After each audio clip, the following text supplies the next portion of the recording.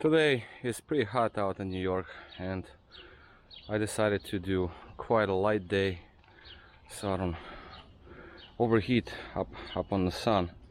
So we took out this 500 SEL, and I'm going to put the filter on, vacuum up a little bit of debris all around, just vacuum and some air.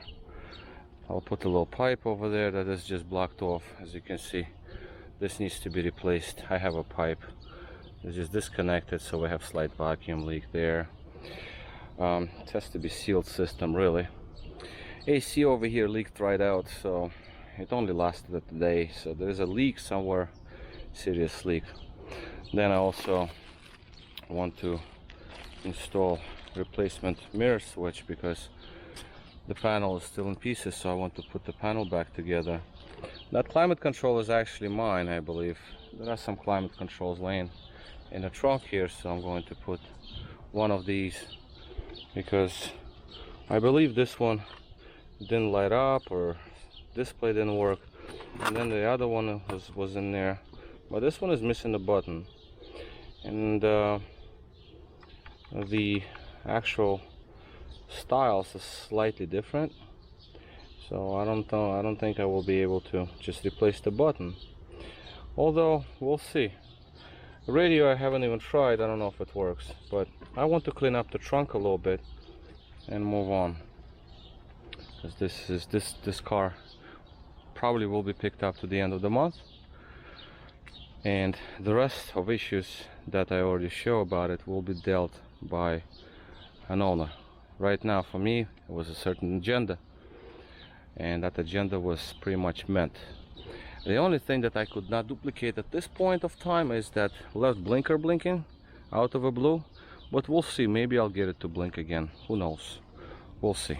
All right, so this is the agenda for today. I don't want to really overheat much.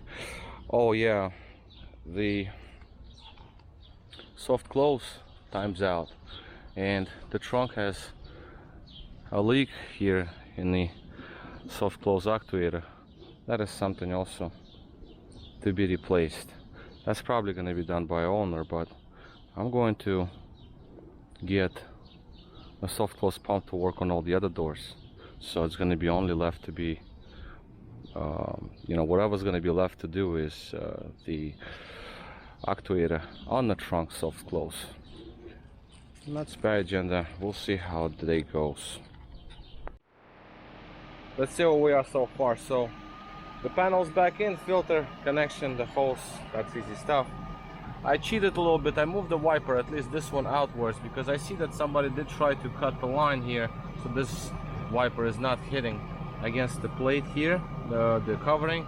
It's not gonna help because the wiper wants to go lower. It's the gearing itself, so that is that. Go look on the inside now. I'm still working on the panel here, so I kind of got the switch zip tied. This is not the permanent repair, but at least right now, because all of these plastic panels deteriorate, and obviously we at least have something versus the switch falling through rather. So I just put some zip ties here and there. Okay, so I took my climate controller out, and I did repair the climate control that was in the trunk. This button was loose and it would just fall out, so I reinforced it from the inside and just check operations, and operationally it is perfectly fine. All illumination also works, that is great. Directionals work, temperature controls work. We see our temperature nice and clear, so this is the one to have. Well, I know I'm on low, but AC is empty, so nothing I can do there. And a famous blinker is back, as you can see it. Yeah, blinker. Where do I go without the blinker?